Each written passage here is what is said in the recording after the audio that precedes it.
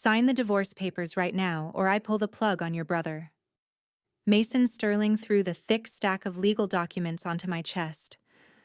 The sharp corner of the file folder grazed my skin. I lay paralyzed on the cold operating table. The bright sterilization lights above blinded me. He needed my rare golden blood bone marrow to save his mistress in the next room. But he also wanted to ensure I was legally removed from his life and his assets before the anesthesia kicked in. The logic was simple and ruthless. My brother Leo was in a vegetative state and relied on the expensive life support machines at Sterling Hospital. My marrow was the currency. My brother's oxygen was the leverage. The glass partition to my right separated me from Chloe Banks. She lay on the VIP bed surrounded by fresh white lilies. She looked at me with a smirk hidden behind an oxygen mask. Her voice was weak, but the malice was clear as she whispered, "Mason, honey, do not scare her. Her heart rate might affect the marrow quality." Mason turned his back to me to hold her hand. He treated the woman who was stealing his wife's husband and life force like a fragile porcelain doll. I was just the medical waste container to him. I looked at the monitor showing my brother's vitals on the wall. That was my shackle. I could not let Leo die. I picked up the pen with trembling hands. The pen scratched against the paper. I signed away my marriage and my dignity in 3 seconds. Mason snatched the papers immediately. He checked the signature like a greedy businessman closing $1 million deal. He did not know that I was not just a housewife who stayed at home. I was Dr. V. And the marrow I was about to give Chloe contained a genetic modification. It would save her now but destroy her later. It is called graft versus host disease. My cells would recognize her body as an enemy and attack her organs one by one. I closed my eyes as the nurse approached with the needle. "Enjoy your new life, Chloe. It comes with an expiration date." The darkness of the anesthesia faded into a sharp, throbbing pain. The pain radiated from my lower back, where they had extracted the marrow. I tried to sit up. The room was empty. No doctors, no recovery care, just 2 large security guards standing by the door. One guard stepped forward and grabbed my arm. "Mr. Sterling ordered you to leave the premises immediately. This room is needed for Ms. Banks's recovery." The IV line was ripped out of my vein. A warm liquid trickled down my arm. They did not even let me recover from the extraction. I was a used part that was discarded after installation. My legs felt like jelly as they dragged me off the bed. They dragged me through the back exit like a criminal. The heavy metal door slammed shut behind me. I fell onto the wet pavement of the alley. The New York winter air bit into my thin hospital gown. I had no coat, no wallet, no phone. Just the fresh wound on my spine throbbing with every heartbeat. My body was shaking uncontrollably from the cold and the shock.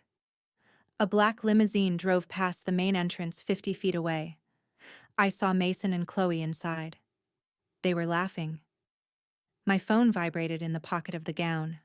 I pulled it out with numb fingers. A text from Mason flashed on the screen. "Leo has been moved to a state hospice. Good luck paying the bills. You are fired." He broke the deal. Rage boiled inside my chest. He took my marrow and still threw my brother out. I tried to stand, but my legs gave way. Headlights blinded me from the end of the alley. A matte black Maybach pulled up to the curb. The rear door opened. A pair of polished leather shoes stepped into the slush. An umbrella opened above my head. It shielded me from the freezing rain. I looked up. It was Damon Cross, the venture capitalist who owned half the city and the only man who knew my true identity. He extended a hand covered in a leather glove. "The extraction is complete, Dr. V. Are you ready for phase 2? I grabbed his hand. The pain in my back disappeared. It was replaced by a cold determination. I was no longer Mrs. Sterling. I was the executioner. 3 months of silence had turned my absence into a ghost that haunted the corners of the Sterling mansion. The grand ballroom of the Plaza Hotel was suffocating under the scent of 5,000 imported white orchids.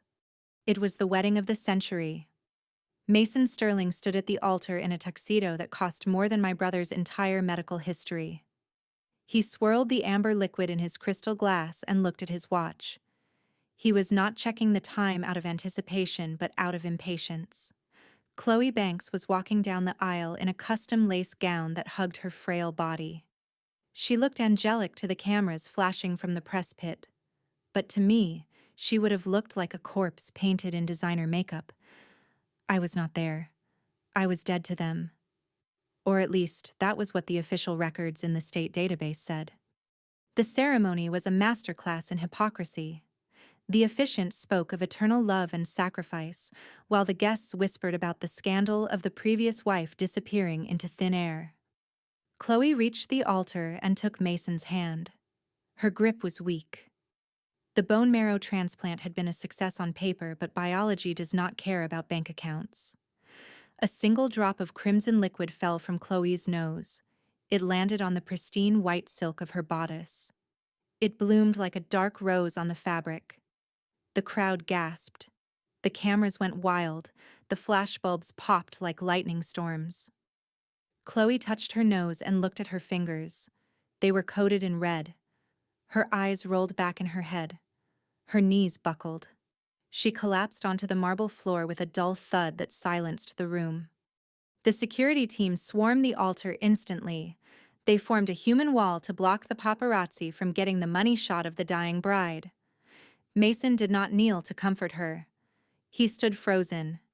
He looked at the blood on his polished shoes with a look of sheer disgust. He hated imperfection. He hated public embarrassment even more. He barked orders at his head of security. "Get the car around the back, clear the room. Anyone who posts a photo of this gets a lawsuit before breakfast tomorrow." The illusion of the fairy tale shattered in under 10 seconds. The guests were ushered out like cattle while Chloe was dragged out the service exit.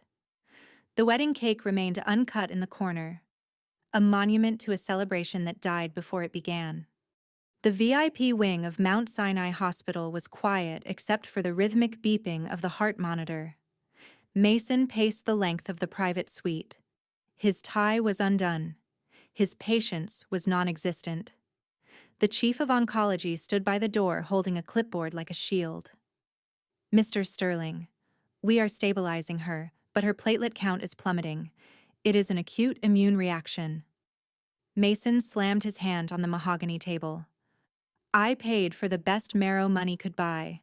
Why is her body rejecting it?"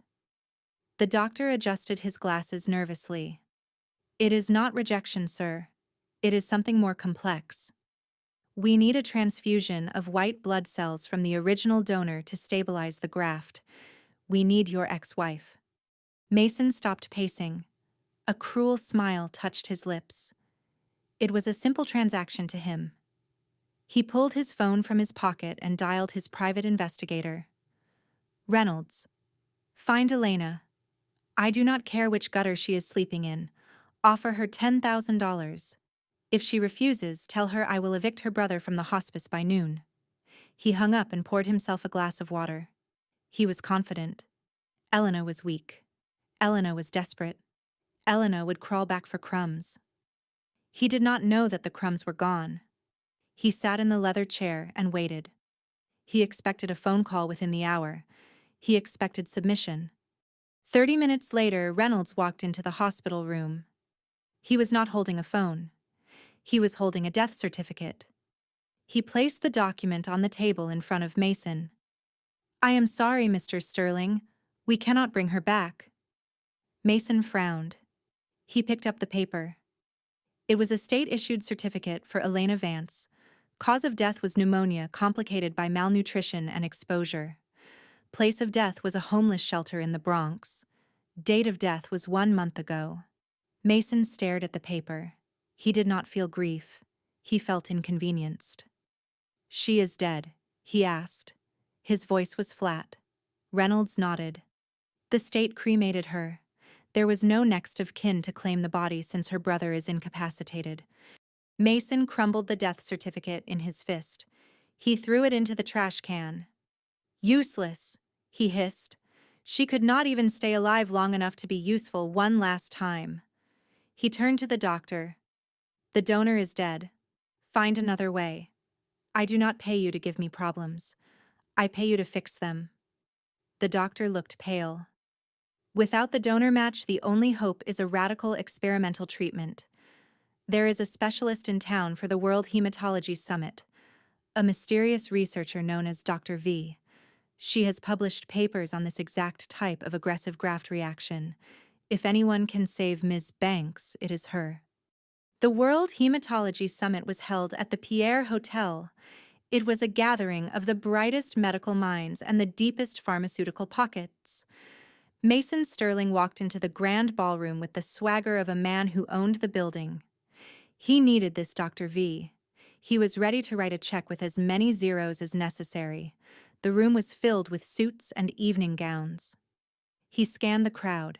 He was looking for a nerdy scientist, someone old, someone desperate for funding.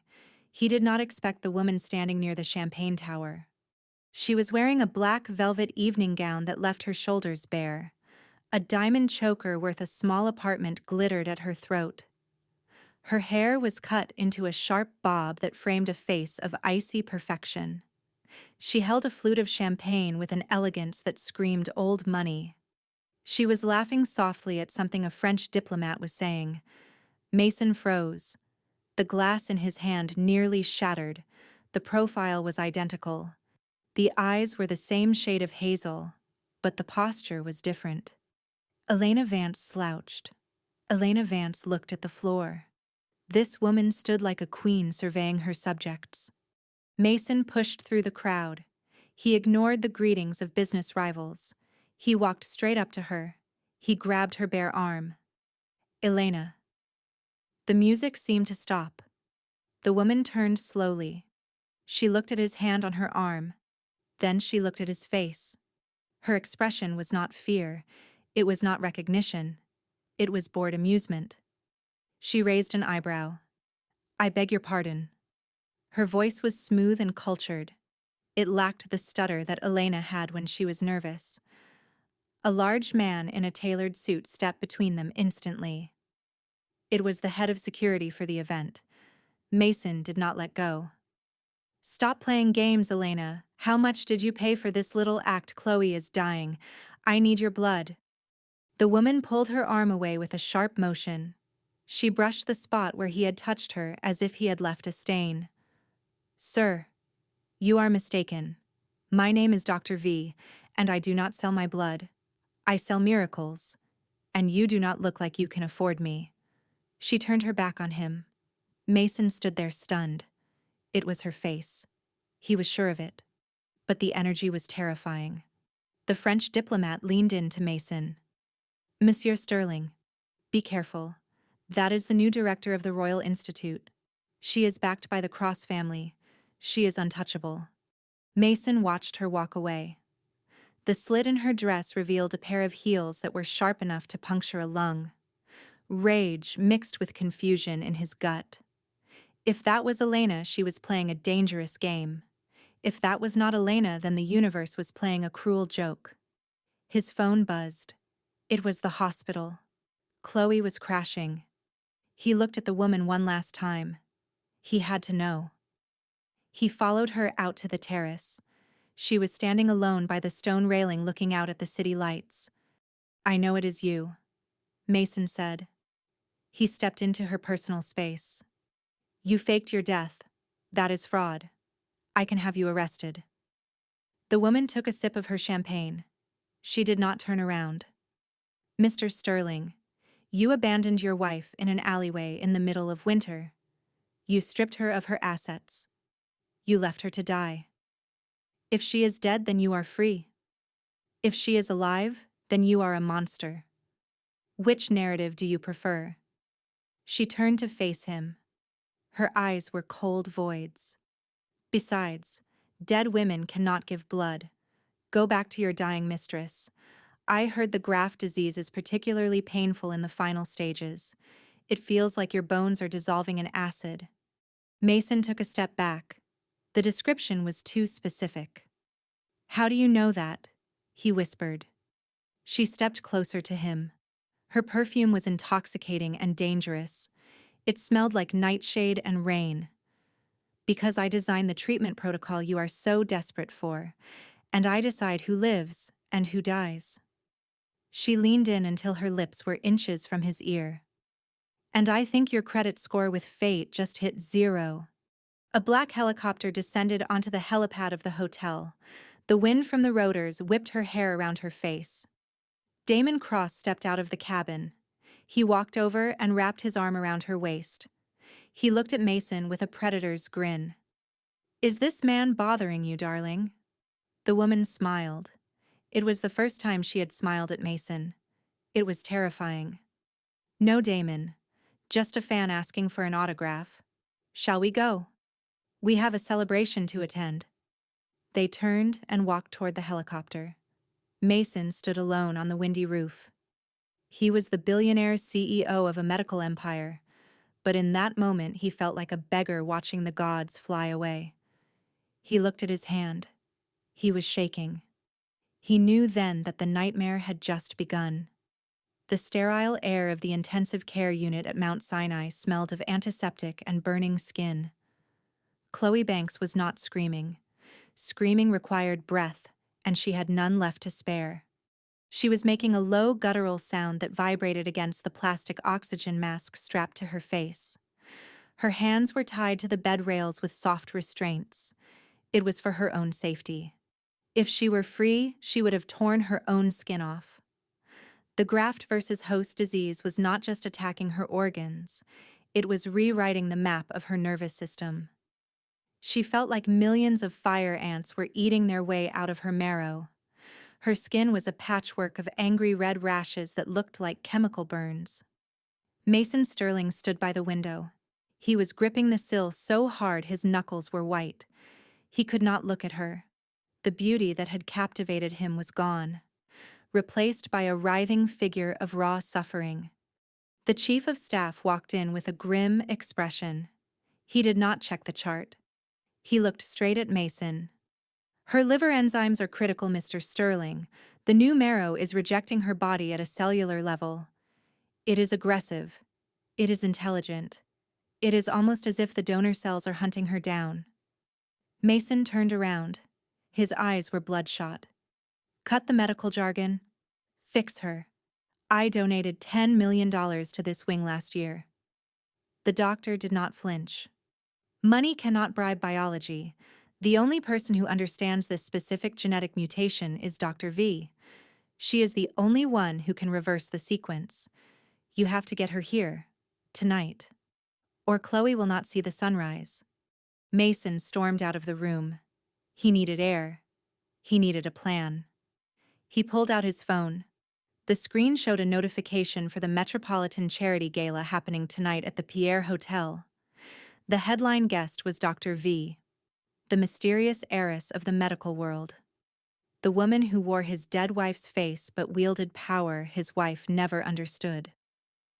Mason straightened his tie. He was a businessman. Everyone had a price. Elena wanted an apology. He would give it to her. She wanted money. He would bury her in it.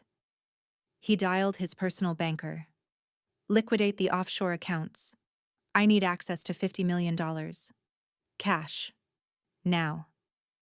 He was going to buy a life, and he was going to buy back his control.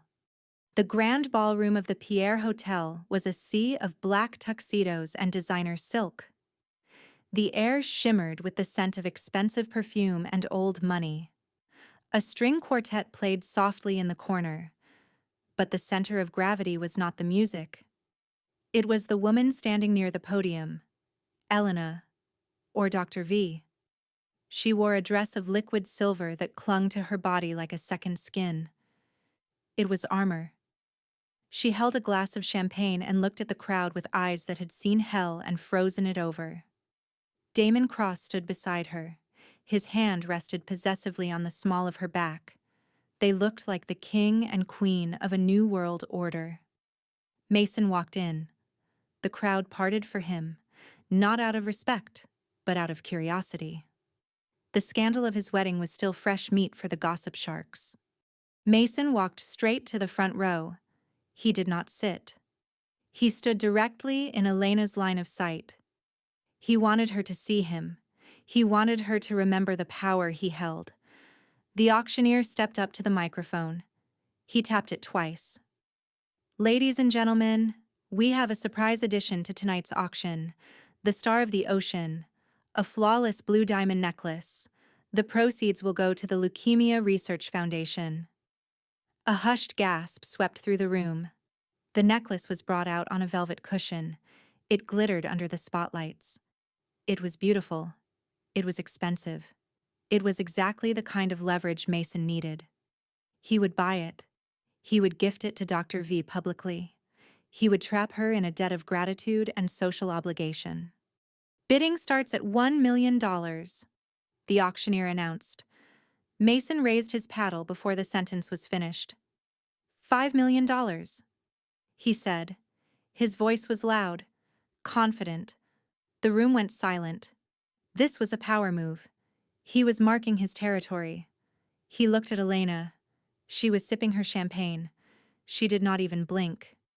The auctioneer stuttered. "I have $5 million from Mr. Sterling. Do I hear 6? Silence stretched. Mason smirked. This was how the world worked. The strong took what they wanted. He was about to win. He was about to save Chloe and reclaim his wife in one move. $10 million. The voice was soft, but it cut through the silence like a scalpel. Elena did not raise a paddle. She simply raised her glass slightly. The crowd turned to her as one. Mason's smile froze. He looked at her. She was not looking at him. She was looking at the diamond with boredom. Mason felt the blood rush to his face. She was challenging him. $15 million. Mason barked. He could feel the sweat forming on his collar. 20 million. Elena countered instantly. Her pulse did not even jump. 25 million. Mason shouted. He was losing composure. $50 million, Elena said. She took another sip of champagne. The room erupted. Flashbulbs went off like a strobe light show. $50 million. It was an insane amount. It was more than the quarterly profit of Sterling Medical. Mason stood paralyzed. He had reached his limit. The banker had only authorized 50. He could not bid 51.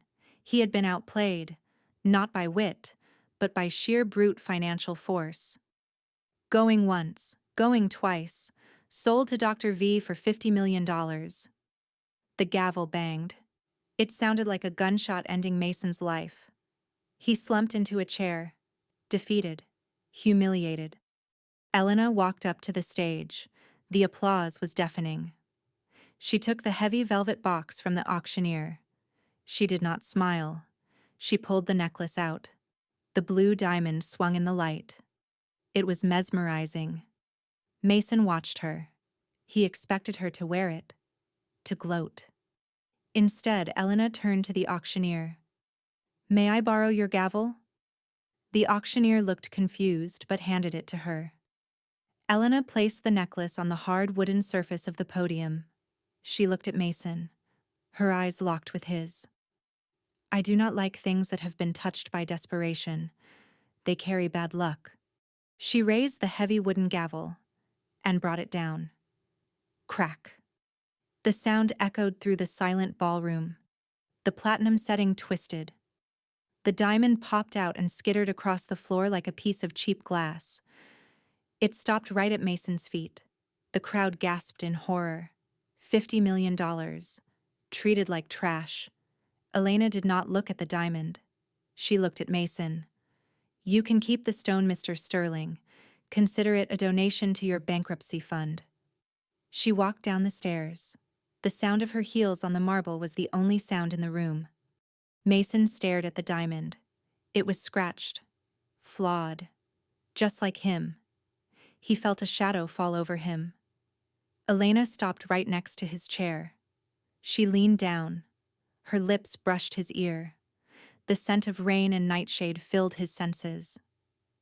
"Do not worry about the money, Mason," she whispered. Her voice was a cold caress. "You should worry about Chloe. The marrow in her bones. It is hungry, and it does not like the taste of her." She pulled back and walked away. Damon Cross met her at the door. He placed a coat over her shoulders. They left the ballroom without looking back. Mason sat alone in the center of the chaos. The diamond lay at his feet, but all he could feel was the phantom sensation of ants crawling inside his own bones. He knew then. This was not a medical condition. This was an execution. And the executioner had just left the building. The automatic doors of the Mount Sinai Emergency Lab hissed open. Mason Sterling stormed through them like a man possessed.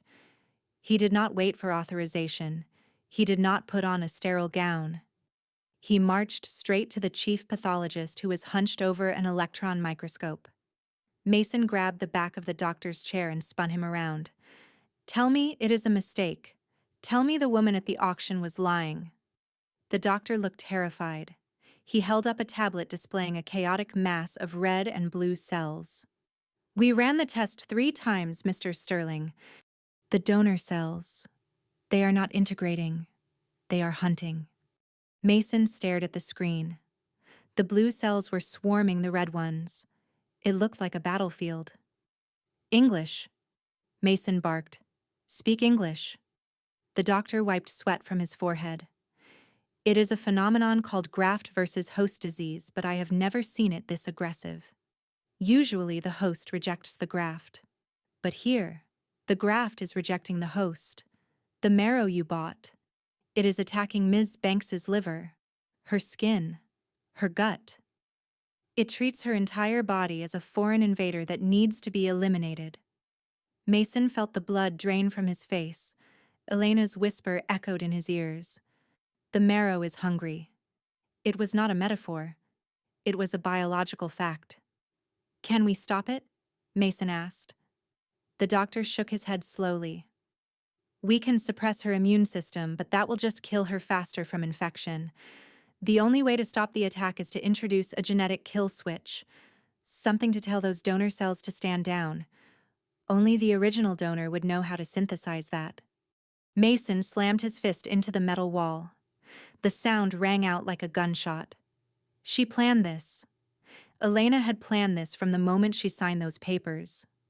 She knew she was planting a time bomb inside Chloe. He pulled out his phone. He dialed his head of security. "Track Dr. V's location.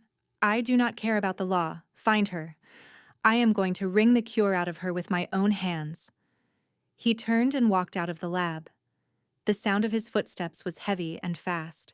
He was no longer a CEO. He was a desperate animal cornered by a ghost. The lobby of the Cross International Tower was a cathedral of glass and steel. It was a fortress of wealth that made Sterling Medical look like a corner store. Mason stood by the private elevator bank. He had 2 armed bodyguards with him. He was breaking every rule of corporate etiquette, but he did not care. The elevator dinged. The doors slid open. Elena walked out. She was wearing a white business suit that looked sharp enough to cut glass. She was holding a tablet and talking to an assistant. She stopped when she saw Mason. She did not flinch. She did not look surprised. She looked at him like he was a stain on the marble floor. "Mr. Sterling," Elena said. Her voice was calm. "You are trespassing, and you are violating the restraining order I am about to file." Mason stepped forward. He towered over her. He used his height to intimidate. It was a tactic that had always worked on Elena Vance. "Drop the act," he hissed. "I know it is you. You think a haircut and a new accent can fool me. You poisoned Chloe." He reached out to grab her arm. Before his fingers could touch the fabric of her suit, a heavy hand clamped onto his shoulder. It was the head of security for Cross Tower. "Sir, step back." Mason shoved the guard away. Do not touch me. This woman is my wife. She is a fraud. He looked around the lobby. People were stopping to watch. He wanted a scene. He wanted to break her composure. Show them, Mason shouted at her. Tell them who you really are. Tell them you are a runaway housewife who stole a fake identity. Elena sighed. It was a sound of pure boredom. She reached into her handbag. Mason tensed. Was she reaching for a weapon? She pulled out a sleek leather passport holder. She flipped it open and held it up to Mason's face. It was a Swiss passport. The photo was her. The name was Victoria V. The date of birth was different. The place of birth was Zurich. I was born in Switzerland, Mr. Sterling, she said clearly. I have a doctorate from Cambridge and a residency at Johns Hopkins. My history is public record. Unlike your wife, who I heard died tragically in a homeless shelter because her husband was too cheap to pay for her care. Mason stared at the document. It looked authentic. The holograms shimmered under the lobby lights. It is a fake, he stammered. You bought it. Elena snapped the passport shut. And you bought a diamond you could not pay for. Speaking of payments, she tapped the screen of her tablet and turned it toward the large news ticker on the wall of the lobby. You might want to check the news. Mason looked up. The scrolling red text on the giant screen froze his heart. Breaking news: Sterling Medical under investigation for illegal organ trafficking. Anonymous source claims CEO coerced donor for bone marrow. What did you do? Mason whispered. His phone began to vibrate. Then the bodyguard's phone. Then the assistant's phone. A cacophony of ringtones filled the silent lobby. The Securities and Exchange Commission takes allegations of biological coercion very seriously, Elena said. She took a step closer to him. I just shorted your stock, Mason, 10 minutes ago, when the market opened. Your net worth was $2 billion. Right now, it is dropping by $100 million every 60 seconds. Mason looked at his phone screen. The stock graph was a vertical red line plunging into the abyss. His shareholders were calling. The board of directors was calling. The banks were calling. He was bleeding money faster than Chloe was bleeding platelets. You are ruining me, he gasped. Why, if you are not Elena, why are you doing this? Elena smiled. It was a smile that did not reach her eyes. Because I despise men who treat human life as a line item on a balance sheet, and because I can. Suddenly, Mason's phone rang with a specific ringtone. It was the emergency line he had set up for Chloe's room. He answered it with trembling hands. He put it on speaker. He wanted Elena to hear. He wanted to guilt her. Mason. Chloe's voice screamed through the speaker. It was distorted by pain and panic. Mason, help me, my hair. It is all coming out. Mason looked at the screen. It was a video call. The image was a nightmare. Chloe was sitting up in the hospital bed. She was clawing at her head. Clumps of her beautiful blonde hair were coming away in her hands. Her skin was no longer pale. It was a bright, angry red, peeling away in layers like a sunburn from hell. Her face was swelling up, distorting her features into a grotesque mask. It burns. Mason, it is eating me. Make it stop. Chloe shrieked. The nurses were trying to restrain her hands to stop her from tearing her own skin off. Mason dropped the phone. The device clattered on the marble floor, but the screaming continued. He looked at the screen, then at Elena. Elena was watching the video. She did not look horrified. She looked like a scientist observing a successful experiment. Fascinating, she murmured. The cutaneous manifestation is progressing faster than the textbook cases. The graft has identified her hair follicles as threats. It is rejecting her vanity first. Mason fell to his knees. The arrogance was gone. The billionaire facade crumbled. He was just a man watching his world burn. He grabbed the hem of Elena's white jacket. Please, he sobbed. I do not care who you are. I do not care about the stock. I do not care about the money. Just save her. I will give you anything. I will admit to everything. Just make it stop. The lobby was silent. The only sound was Chloe's screams coming from the phone on the floor. Elena looked down at him. She did not pull away. She looked at his hand clutching her jacket with disdain. Anything? She asked softly. Mason nodded frantically. Anything? I will sign over the company. I will go to prison. Just save her. Elena leaned down. You misunderstood me. Mason, I am not negotiating. I am watching. She reached down and pried his fingers off her jacket one by one. She did it slowly, deliberately. I do not treat the dead, Elena said. Her voice was loud enough for the gathering crowd to hear. And that woman on the screen, she is already a corpse. She just has not realized it yet because you keep pumping money into her veins. Elena stood up and signaled to her security team. Escort Mr. Sterling off the property and call the sanitation department. He left a mess on my floor. Mason watched her walk toward the elevators. You are a monster, he screamed after her. You are worse than me. Elena stopped. She did not turn around. She spoke to her reflection in the polished elevator doors. I learned from the best, darling. The doors closed, cutting off her image. Mason was left kneeling on the cold floor, the sound of Chloe's screams and the ringing of his bankrupt company filling the air. He reached for the phone, but a security guard kicked it away. Time to go, sir, the guard said. You are bad for business. The smell hit Mason Sterling before he even crossed the threshold of the VIP suite. It was a thick and cloying scent that reminded him of burnt sugar and old copper. The nurse standing outside the door was not the usual composed professional. She was pale and she was trembling as she adjusted her mask. She looked at Mason with eyes filled with pity and revulsion. He pushed past her without a word. He needed to see the damage.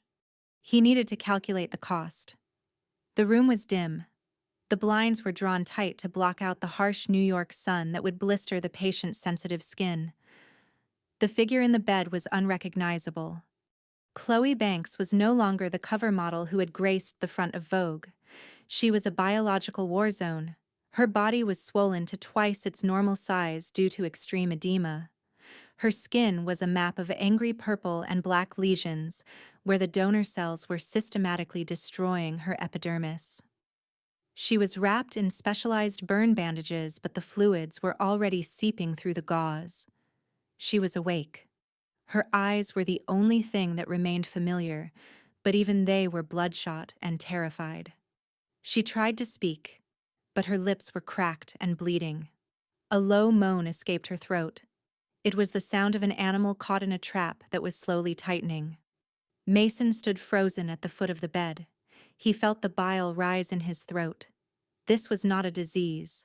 This was a slow-motion execution performed at the cellular level. His phone vibrated in his pocket. It was a relentless buzzing that shattered the moment. Mason stepped back into the hallway. The air was cleaner there. He answered the call without looking at the screen. It was Harrison, the general counsel for Sterling Medical. The lawyer did not waste time with pleasantries. The board has voted Mason. It was unanimous.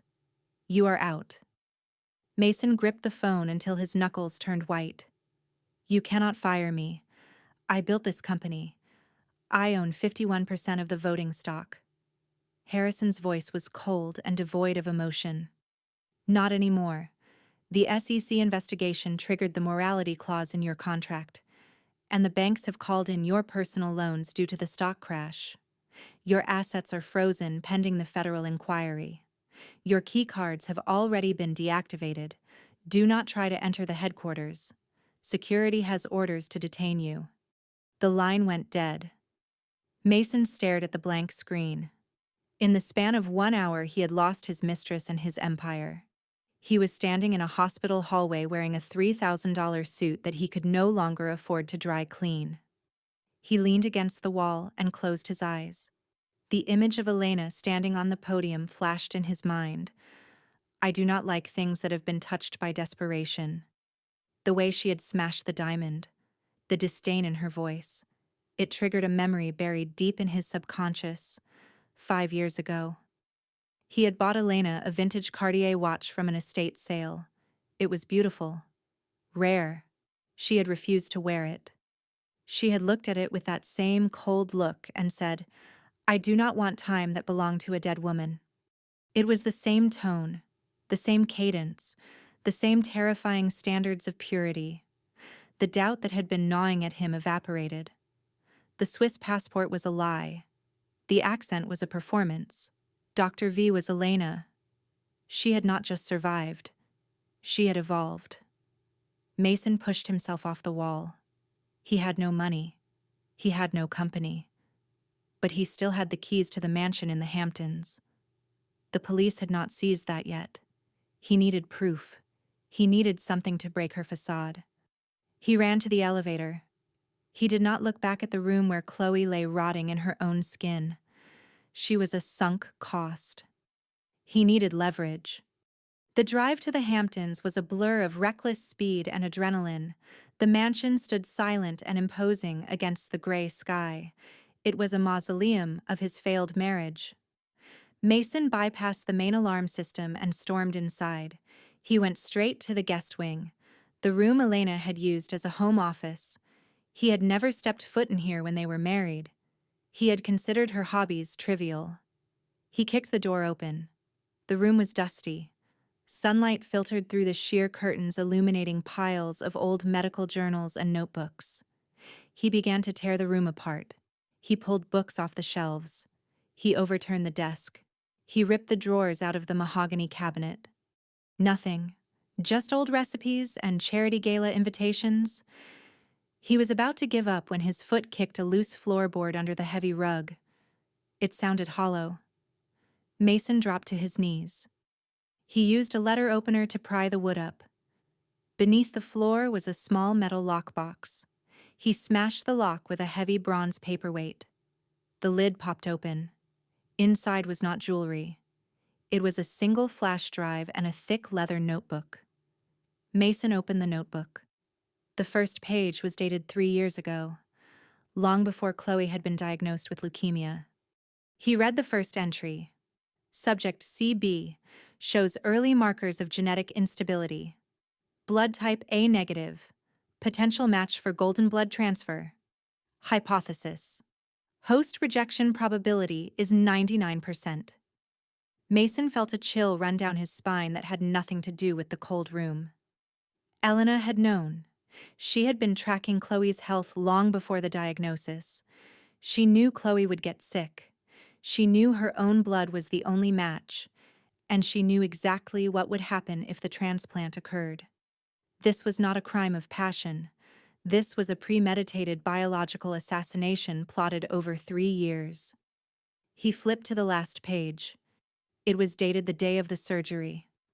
Just one sentence written in her elegant handwriting.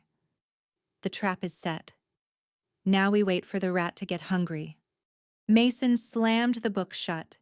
He was the rat, and Chloe was the cheese. Elena had played him like a fiddle. She was not a victim. She was a mastermind. He clutched the notebook to his chest. This was proof of intent. This could send her to prison for medical malpractice and attempted murder. But going to the police would take too long. Chloe did not have time for a trial, and Mason did not have the money for a legal battle. He needed a shortcut. He needed to fight dirty. He needed to hurt Elena the way she was hurting him. He pulled out his burner phone, the one he used for off-the-book deals. He dialed a number he had not used in a decade. It rang 4 times before a voice answered. It sounded like gravel grinding against concrete.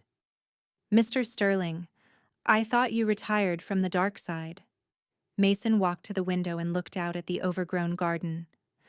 I have a job. It is sensitive, and it requires a lack of moral compass. The voice on the other end chuckled darkly. My compass broke a long time ago. What is the target? A boy, Mason said. The words tasted like ash in his mouth. His name is Leo Vance. He is an invalid. He was moved from the state hospice 3 months ago. I need you to find where he is being hidden. The voice paused. Kidnapping a sick kid. That is a new low, even for you, Mason. Mason watched a hawk circling in the sky above the estate. It was hunting, just like him. This is not kidnapping, Mason replied. This is asset recovery. He is the only thing my wife cares about. He is her Achilles heel. It will cost you, the voice said. And I do not take stock options. Mason looked at the empty safe in the corner of the room. He had nothing left, except for the information in his hand. I have intel, Mason said. Intel that is worth billions to the pharmaceutical rivals of Cross International. I will give you the exclusive rights to the biggest medical scandal of the century. But first, bring me the boy. There was a silence on the line, then the sound of a lighter flicking and smoke being exhaled. Send me the details. If the boy is in the city, I will have him by midnight. If he is out of state, it will take 24 hours. Mason smiled. It was a rictus of desperation. He is in the city. She would keep him close. She is too arrogant to hide him far away. Consider it done, the voice said. But Mason, if you cross me, I will not sue you. I will peel you. The line went dead. Mason pocketed the phone. He looked at the notebook one last time. He had the weapon. Now he just needed the hostage. He walked out of the room, leaving the destruction behind him. The sun was setting, casting long shadows across the hallway. He was no longer the CEO. He was no longer the husband. He was a man with a gun to his head, and he was going to make sure everyone else pulled the trigger with him. He got back into his car. The engine roared to life. He drove back toward the city. The lights of New York twinkled in the distance like indifferent stars. Somewhere in that concrete jungle, Elena was sipping champagne and celebrating her victory. She thought she had won. She thought she had stripped him of everything. But she forgot one thing. A man with nothing left to lose is the most dangerous creature on earth. He whispered to the empty car. Checkmate is not over until the king is dead, Elena. And I am still standing. The Sanctuary Private Care Facility was a fortress disguised as a wellness retreat in upstate New York. It was where the ultra-wealthy hid their inconvenient relatives. The perimeter was guarded by ex-military contractors, and the surveillance system was tighter than the Pentagon. But every fortress had a price, and Mason Sterling had paid it with the last remnants of his offshore liquidity. The team of 4 men moved through the shadows of the North Wing like smoke. They wore tactical gear with no insignias. They were professionals who specialized in corporate extraction and high-value asset recovery. They did not kill the night guard on patrol. They simply applied a chokehold that cut off the blood flow to his brain until he slumped silently to the marble floor. The leader of the team swiped a cloned keycard against the reader of room 304. The light turned green. Inside the room, the air was thick with the rhythmic hissing of a ventilator. Leo Vance lay in the center of a bed that looked more like a spaceship than furniture. His skin was translucent and pale. Tubes ran from his arms and chest into a bank of monitors that glowed with steady green lines. He was the sleeping prince of this sterile castle. The team leader tapped his earpiece. Target acquired. Condition is fragile. Prepare the transport unit. 2 men moved in with a portable stretcher equipped with battery-operated life support. They worked with terrifying efficiency.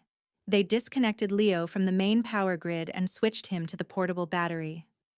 The boy did not stir. He was a pawn being moved on a chessboard he could not see. The alarm on the main console began to chirp a low warning about the power disconnection, but the leader smashed the speaker with the butt of his sidearm.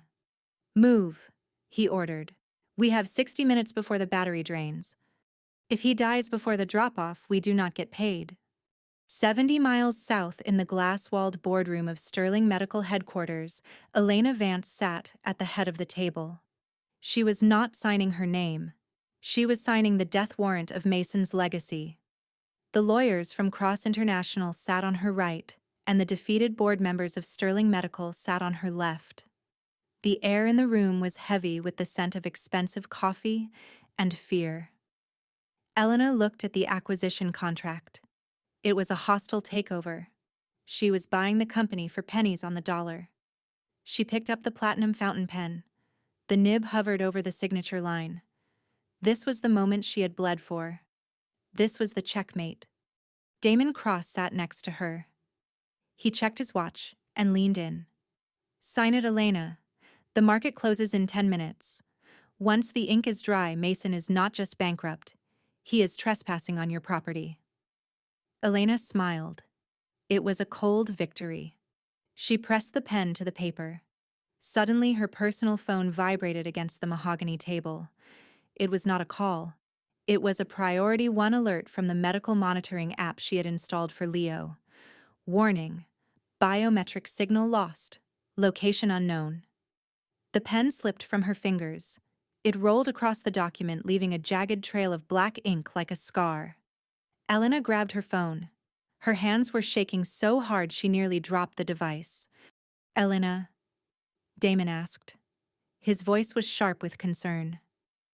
What is it? Elena did not answer. A video call request flashed on the screen. The number was blocked. She accepted the call. The image that filled the screen made her heart stop in her chest. It was the back of a van. It was dark and shaking from the motion of the road. In the center of the frame was a portable stretcher. And there was Leo. A gloved hand was holding a serrated hunting knife inches from the plastic tube that connected Leo's throat to the oxygen tank. The camera panned up. Mason Sterling's face appeared. He looked deranged. His eyes were wide and bloodshot, and his hair was wild. He looked like a man who had stared into the abyss and jumped in.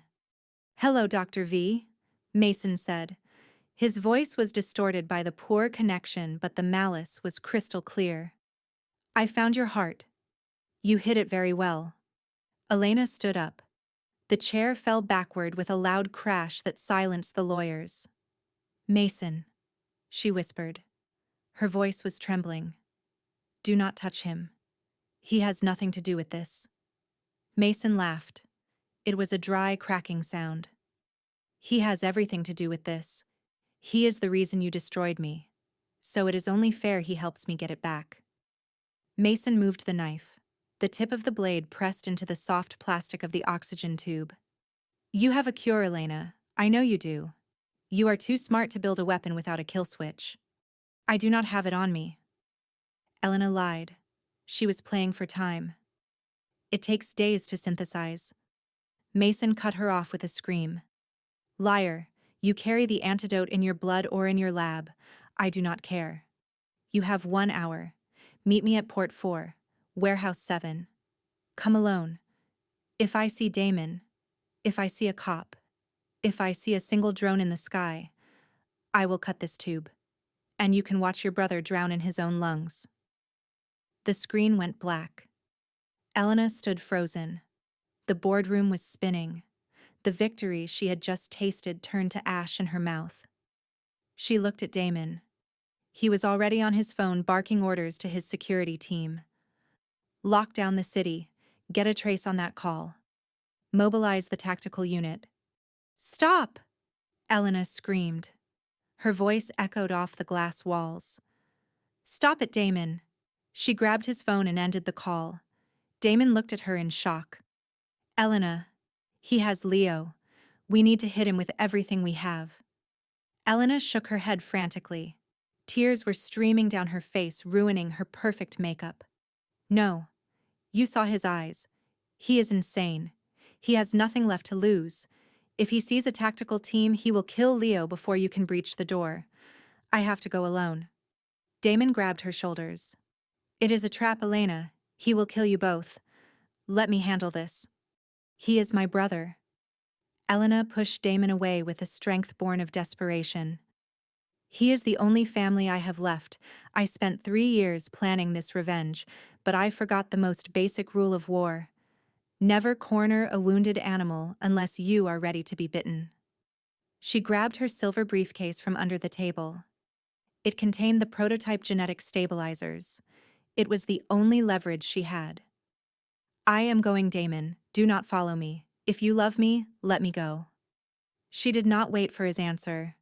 She ran out of the boardroom, leaving the billion-dollar contract unsigned on the table. The drive to the port was a blur of red lights and rain. Elena drove the Aston Martin like she was fleeing a crime scene. Her mind was racing. She replayed the video in her head. Mason was unstable. He was operating on pure adrenaline and hate. The logic of the businessman was gone. He was now just a terrorist. She reached into the glove compartment and pulled out a small black case. Inside was a syringe filled with a clear liquid. It was not the cure. It was a concentrated sedative strong enough to drop a horse in 10 seconds. It was her backup plan. She tucked it into the sleeve of her coat. Port 4 was a graveyard of rusty shipping containers and abandoned dreams. The rain was falling harder now, turning the industrial wasteland into a slick black mirror. Elena parked the car under a broken street lamp. She stepped out into the storm. The wind whipped her hair across her face. She clutched the silver briefcase to her chest like a shield. Warehouse 7 loomed ahead. It was a massive corrugated metal structure that looked like the mouth of a beast. The large sliding door was cracked open just enough for a person to walk through. A single yellow light bulb flickered inside. Elena walked toward the opening. Her heels clicked on the wet concrete. Click, click, click. It was the sound of a clock counting down. She stepped inside. The warehouse smelled of diesel fuel and rotting fish. In the center of the vast empty space was a single chair. Mason sat on it. He was holding a gun in one hand and the oxygen tube in the other. Leo was on the stretcher beside him. The portable battery on the ventilator was beeping a low urgency warning. Low power. Low power. You came, Mason said. He stood up. He looked even worse in person. His suit was torn. There was dried blood on his cuff. I knew you would come, the great Dr. V, the Ice Queen, but underneath you are just a scared little sister. Elena stopped 10 feet away. She held up the briefcase. I brought it, Mason. The stabilizer. It will stop the GVHD. It will save Chloe. Just let him go. Mason sneered. Open it. Kick it over to me. Elena placed the case on the dirty floor. She snapped the latches open. Rows of vials shimmered in the dim light. She kicked it across the concrete. It slid and stopped at Mason's feet. He did not look at it. He kept his eyes on her. You think this fixes it? Mason asked softly. You think you can just give me a few vials and we call it even? You destroyed my life, Elena. You took my company. You took my reputation. You made me a laughingstock. He raised the gun and pointed it directly at her chest. I do not just want the cure. I want you to feel what I feel. I want you to lose everything. I did lose everything, Elena shouted back. 3 years ago, when you threw me out like garbage, when you let my brother rot in a state facility to save money for your mistress's handbags, you started this war. Mason, I just finished it. Mason's hand shook. The gun wavered. It is not finished, he hissed. Chloe is dying, and she is in pain. So much pain. And you. He looked at Leo. You are going to watch him die first, then I will shoot you. Then I will take the cure to Chloe myself. He moved his hand to the oxygen tube. He gripped it tight. Say goodbye to Leo. Elena took a step forward. Wait. The cure. It needs a catalyst. She was improvising. She was lying. If you inject it as is, it will kill her instantly. You need me to mix it. You need me alive, Mason. If you kill me, Chloe dies within the hour. Mason hesitated. The logic pierced through his madness. He needed Chloe to live. That was his only tether to sanity. Mix it then, he growled. Do it here, now. And if you try anything funny, I will put a bullet in the boy's brain. Elena knelt down beside the briefcase. She could feel the syringe in her sleeve pressing against her wrist. She needed to get close to him. She needed to get within striking distance. I need light, she said. I cannot mix micrograms in the dark. Mason scoffed. He took a step closer. He lowered the gun slightly to look at the vials. Hurry up. Elena reached for a vial. Her muscles were coiled like a spring. She watched his feet. He was 3 steps away. 2 steps. 1 step. I am sorry, Mason, Elena whispered. But the only cure for a cancer like you is excision. She grabbed a vial of acid she had packed, not a stabilizer, and flung the contents into his face. Mason screamed. He dropped the gun and clutched his eyes. My eyes, you bitch. The gun clattered to the floor. Elena did not go for the gun. She lunged for Mason. She drove the syringe from her sleeve into his neck. He thrashed, striking her in the face with a blind backhand. Elena flew backward and hit the concrete hard. She tasted blood. Mason stumbled back, ripping the syringe out of his neck. But it was too late. The sedative was already racing to his heart. He fell to his knees, gasping. But his hand was still gripping Leo's oxygen tube. In his final spasm of consciousness, he didn't let go. He yanked it. The tube snapped free from the machine with a sickening pop. The ventilator hissed loudly, venting oxygen into the air. Leo's chest stopped moving. The monitor let out a continuous, high-pitched wail. Beep. No. Elena scrambled to her feet. Mason collapsed on top of the severed tube, his heavy body pinning it to the ground as he fell unconscious. Elena threw herself at Mason, trying to shove his dead weight off the lifeline. He was too heavy. She clawed at him, screaming. Leo, breathe. Leo. The flatline tone filled the warehouse, screaming the arrival of death. Elena looked at the disconnected tube in her hand. Then at her brother's turning blue face. She had seconds. Just seconds before brain death. And she was alone in the dark with a monster on top of her hope. The high-pitched wail of the cardiac monitor was the only sound in the universe. It was a continuous electronic scream that signaled the end of a life. Beep. It did not stop. It drilled into Elena's skull. Mason Sterling lay across Leo's legs like a slaughtered ox. His dead weight was pinning the stretcher to the concrete floor. Elena did not think. She did not feel fear. She felt a surge of hysterical strength that came from the deepest part of her primate brain. She planted her feet against Mason's shoulder and shoved. She screamed as she pushed. It was a primal sound. Mason's unconscious body rolled off the stretcher with a heavy thud. He landed face down in the dirt. His breathing was shallow from the sedative, but Elena did not care if he never woke up. She scrambled over to Leo. His face was a terrifying shade of blue. His chest was still. She checked for a pulse at his carotid artery. Nothing. Just the cold stillness of a stopped heart. Not today, Elena hissed. You do not get to leave me today. She clasped her hands together and placed the heel of her palm on the center of his chest. She began compressions. 1, 2, 3, 4. She pushed hard. She pushed deep. She heard the sickening crack of a rib cartilage giving way, but she did not stop.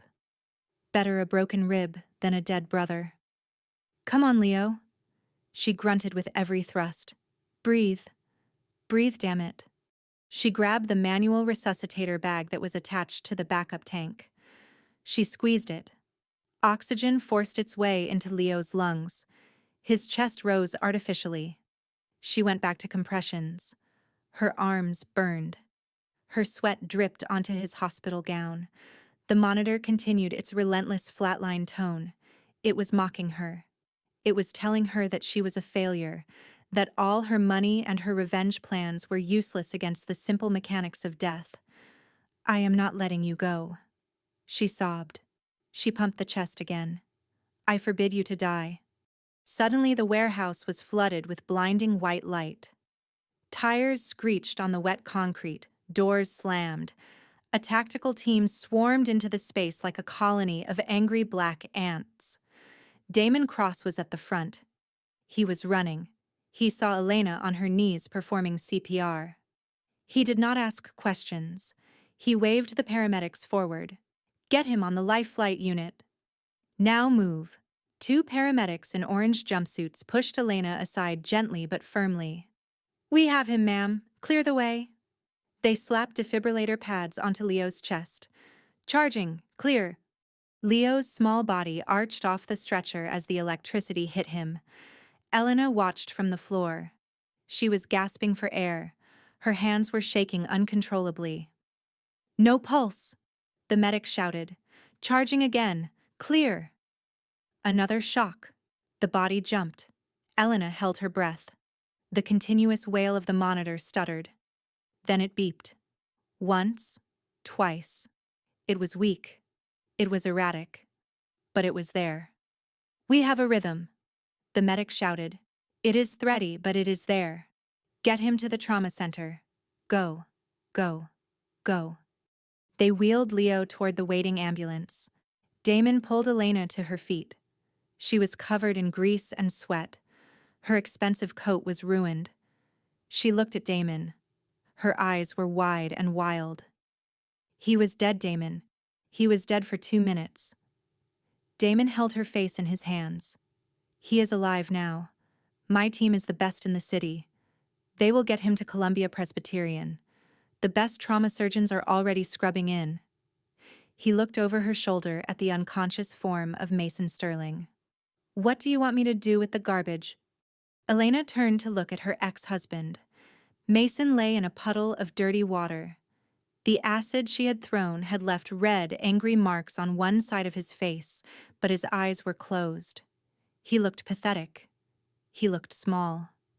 "Call the police," Elena said. Her voice was ice cold. "Tell them we found him trying to murder a disabled patient. Hand over the security footage from the nursing home, and give the district attorney the unauthorized wire transfers from the Sterling accounts. I want him to wake up in a cage, and I want him to stay there until he rots." Damon nodded to his security chief. "Bag him and tag him. Make sure the press gets a photo of him in cuffs before he gets into the squad car." Damon turned back to Elena. "Come on, I will drive you to the hospital to see Leo." Elena shook her head. She pulled away from him. She smoothed down her ruined hair. "No. Go with Leo. Make sure no one touches him. I have one more stop to make." Damon looked at her with concern. "Elena, look at you. You are in shock. You need a doctor." "I am the doctor," Elena said. She walked toward her car. Her steps were steady again. The adrenaline had crystallized into a cold, hard purpose. "Chloe is waiting for her cure. It would be rude to keep a dying woman waiting." She got into the Aston Martin. She did not look back at the warehouse. She did not look back at the man who had been her husband. She drove into the rainy night. The destination was Mount Sinai Hospital. The final act of the play was about to begin. The VIP wing of Mount Sinai was quiet. It was the silence of money protecting the dying from the indignity of noise. Elena walked past the nurses' station. They looked at her disheveled appearance. Her coat was stained. Her hands were dirty. But the look in her eyes stopped them from asking for identification. She walked like she owned the building. She walked straight to room 405. The door was closed. She pushed it open. The smell was worse than the warehouse. It was the smell of necrotic tissue and despair. Chloe Banks lay in the bed. She was alone. The room was dark except for the light of the medical machines. Her face was bandaged heavily. Only her mouth and one eye were visible. The eye was swollen shut. The mouth was a raw wound. She heard the door open.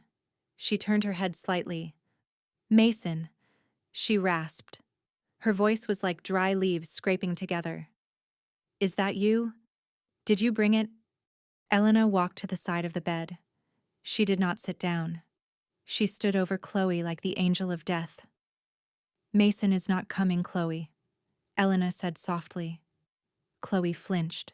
She tried to open her good eye. Who is that?" Elena leaned down. "It is the woman whose husband you stole. It is the woman whose blood is currently eating you alive from the inside out." Chloe began to whimper. It was a pathetic sound. "Elena, please, help me. It hurts. God, it hurts so much." "I know," Elena said. "It feels like your bones are made of glass and someone is shattering them with a hammer. Does it not?" Chloe reached out a hand. Her fingers were bandaged individually because the skin had sloughed off.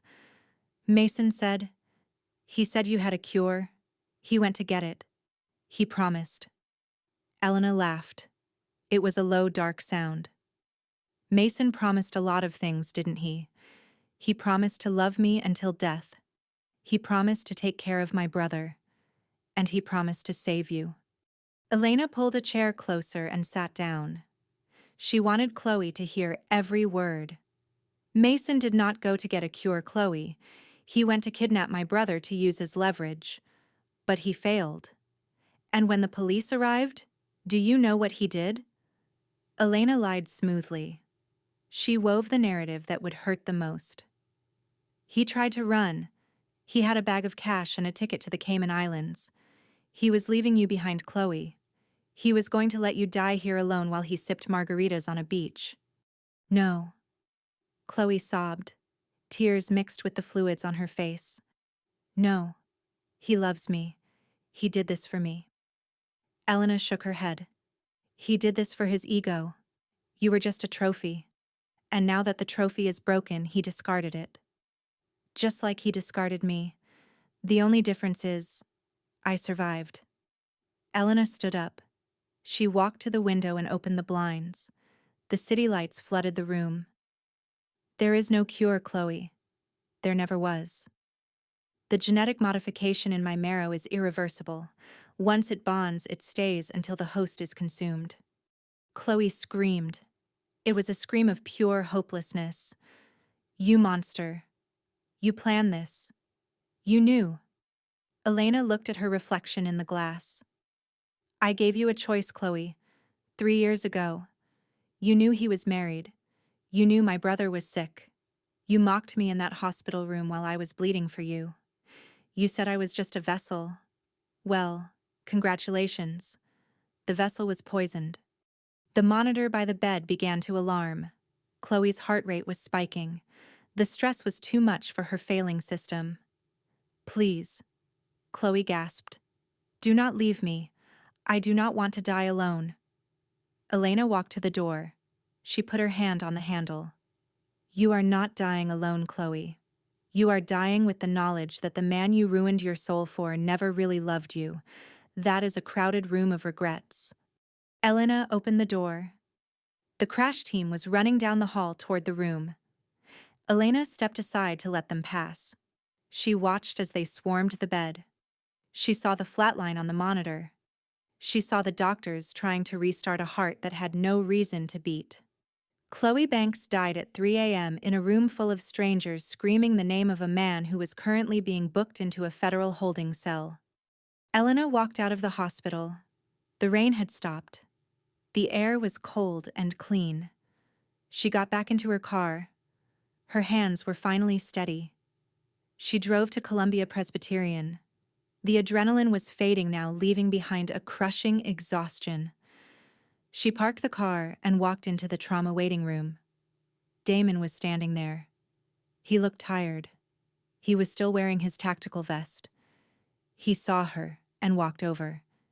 He did not say anything. He just pointed to the double doors of the surgery wing. The doors opened. The chief trauma surgeon walked out. He was still wearing his scrub cap. He looked at Elena.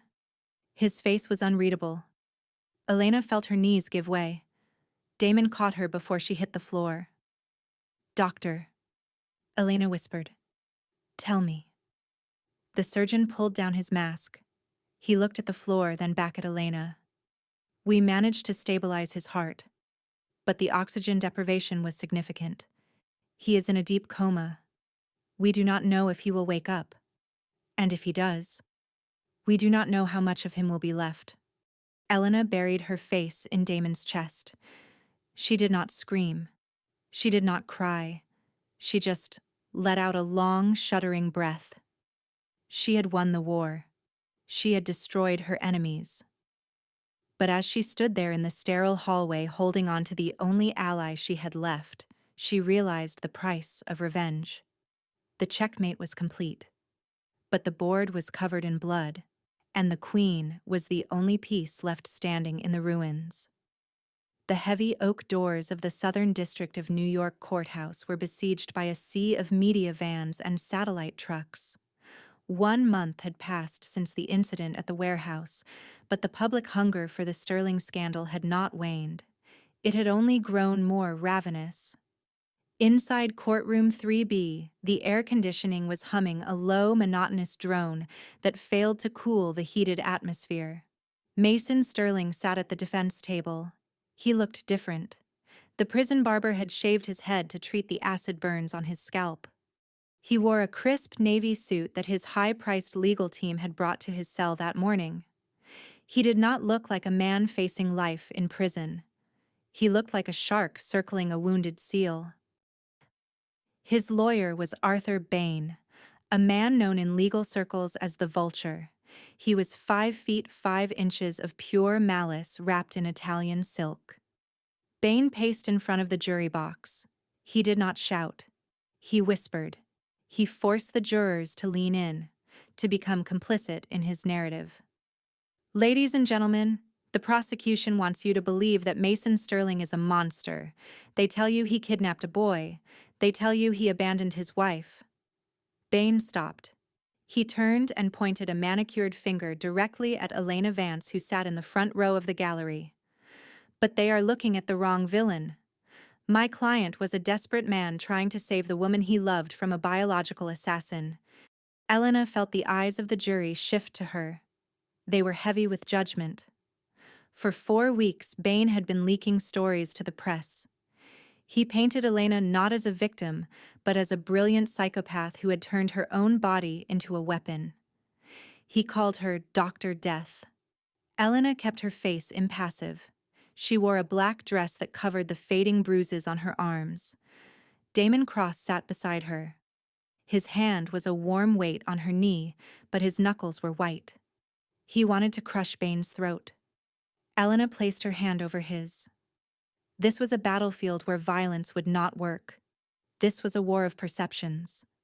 "I call Elena Vance to the stand," Bain announced. The courtroom murmured. This was the moment everyone had been waiting for. Elena stood up. She walked to the witness stand. Her heels clicked on the wooden floor.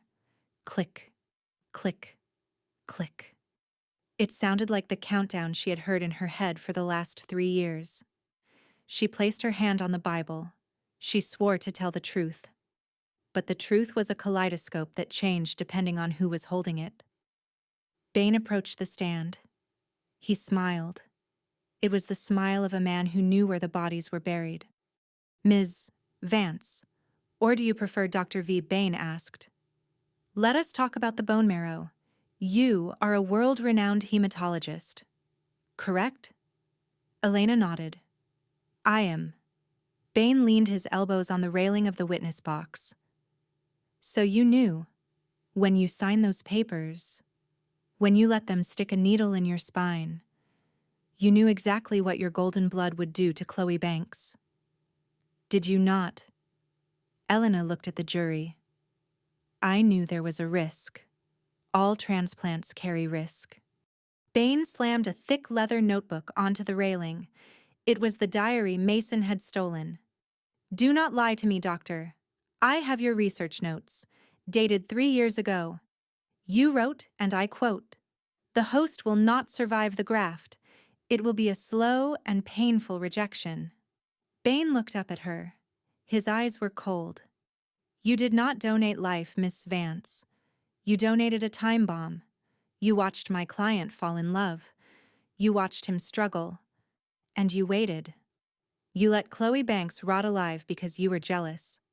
Is that not the definition of premeditated murder?" The courtroom erupted. The judge banged his gavel. "Order, order in the court." Bain did not flinch. He kept his eyes on Elena. "My client went to that warehouse to get the cure.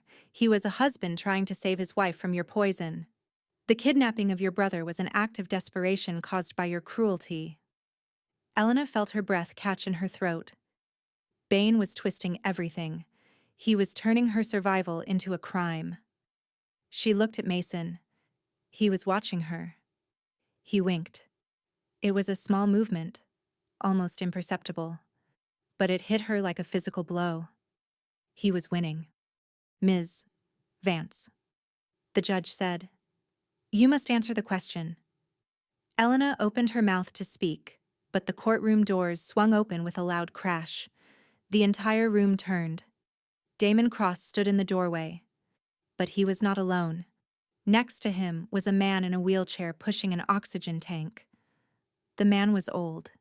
His skin was gray and papery. He looked like he was already half a ghost.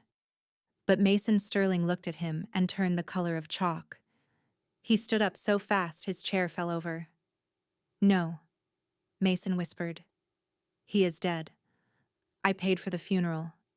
Damon walked the wheelchair down the center aisle. The bailiffs moved to stop him, but Damon held up a piece of paper stamped with the seal of the Federal Bureau of Investigation. "Your Honor, I apologize for the interruption, but this is federal evidence relating to a RICO case that supersedes this trial.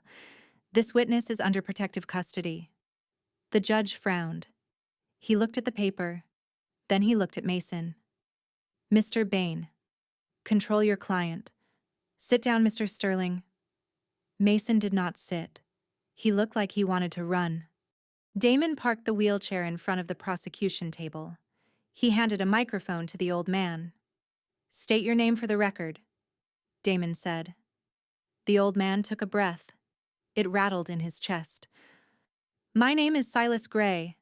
I was the chief financial officer for Sterling Medical for 20 years, and I was Mason Sterling's personal fixer." A collective gasp went through the room. Silas Gray had disappeared 5 years ago. Rumor was he had died in a boating accident in the Caribbean. "Mr. Gray," Damon asked, "why are you here today?" Silas looked at Mason. His eyes were filled with the clarity of a man who had nothing left to lose. "Because I am dying, pancreatic cancer, and I do not want to go to hell with Mason's secrets on my soul." He pulled a folded document from his jacket pocket. "The lawyer calls Ms. Vance a murderer.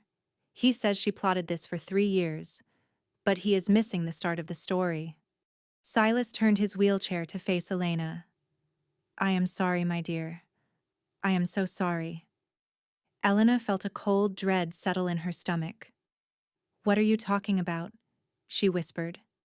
Silas looked at the jury. 5 years ago, Elena's parents, the doctors Vance, they were on the verge of patenting the golden blood synthetic treatment. It was going to revolutionize medicine. It was going to destroy Sterling Medical's profit margins on chemotherapy drugs. Mason screamed, "Shut up! He is senile. This is inadmissible." The judge slammed the gavel. "Sit down, Mr. Sterling, or I will have you gagged." Silas continued. His voice gained strength. "Mason came to me. He said the merger with the Vance family was taking too long. He said he needed the intellectual property immediately. So I made a call. I paid a mechanic in Jersey City $5,000. Silas paused. Tears ran down his gray face. "I told him to cut the brake lines on the Vance family sedan. It was not an accident, Elena. It was an acquisition strategy." The silence in the courtroom was deafening. It was a vacuum that sucked the air out of everyone's lungs. Elena stood frozen on the witness stand, the world tilted on its axis. Her parents, the crash on the I-95, the funeral in the rain, Mason holding her hand, Mason comforting her, Mason proposing to her 3 months later. It was all a lie. Every second of her life for the last 5 years had been engineered by the man sitting 10 feet away. He had not just cheated on her. He had exterminated her family to steal their legacy. A scream tore from Elena's throat. It was not a word. It was pure animal rage. She lunged over the railing of the witness box. She did not care about the bailiffs. She did not care about the judge. She wanted to tear Mason apart with her bare hands. "You killed them," she screamed.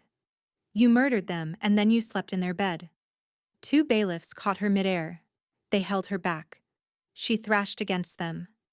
"Let me go. I will kill him. I will kill him." Mason was backed against the wall. His face was pale with terror. He knew the game was over. The vulture, his lawyer, was already packing his briefcase. He was distancing himself from the radioactive fallout. The jury looked at Mason not with doubt, but with horror. This was no longer a case about a scorned wife. This was a case about a corporate serial killer. Elena stopped struggling. She went limp in the bailiff's arms. She looked at Mason. Her breathing was heavy. Her hair was wild, but her eyes were clear, deadly clear. "You wanted a villain?" "Mason," she said. Her voice carried to the back of the room. "You wanted Dr. Death, congratulations. You just created her." She straightened her dress. She shook off the bailiffs. She turned to the judge. "I plead the Fifth Amendment on the charge of poisoning Chloe Banks, but on the charge of destroying Mason Sterling, I plead guilty, and I would do it again." The judge looked at her.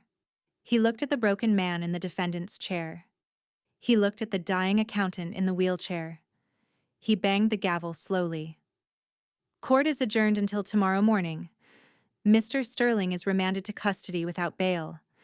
The federal prosecutors will take it from here." Mason was handcuffed. He did not fight. He looked at Elena one last time. There was no arrogance left, only the realization that he had woken a sleeping dragon 5 years ago, and now the fire had finally come to consume him. Elena walked out of the courtroom. The press swarmed her, but Damon and his security team formed a phalanx around her. They pushed through the crowd. Elena did not speak. She did not cry. She got into the back of the waiting limousine. Damon sat next to her. He poured her a glass of water. Her hands were trembling so hard the water spilled. "My parents," she whispered. "He killed my parents, Damon." Damon pulled her into his arms. "We got him, Elena. He will never see the sun again." "It is not enough," Elena said. She looked out the window at the gray New York skyline. "He took 5 years of my life. He took my family. Prison is too safe for him." She turned to Damon. Her eyes were dry. "Silas Gray, the accountant. Does he have any family?" Damon nodded. "A daughter. She is in medical school." "Why?" Elena's lips curled into a smile that promised retribution. "Pay for her tuition. Pay for everything. And tell Silas I want the rest of the files. I want to know every single person who helped Mason that night. The mechanic. The police officer who filed the report. The judge who signed the probate. Everyone." Elena," Damon warned softly. "The war is over." Elena shook her head. "No, Damon. The war against Mason is over. The war against the system that created him has just begun." She leaned back in the leather seat. She closed her eyes. She could see the faces of her parents. They were smiling. But behind them she could see the shadow of Mason Sterling, and she knew that as long as he drew breath, she would never find peace. The vulture had called her Dr. Death. She decided she liked the title. It suited the work she had left to do. The Metropolitan Correctional Center in Lower Manhattan was a concrete purgatory designed to break the spirit of men who thought they were gods. Mason Sterling sat in the corner of the holding cell. His expensive suit had been replaced by a rough orange jumpsuit that smelled of industrial detergent and despair. His face was a map of bruises. The acid scars on his cheek were healing poorly, tightening his skin into a permanent sneer. He was isolated from the general population for his own protection, but money could bore through even the thickest prison walls.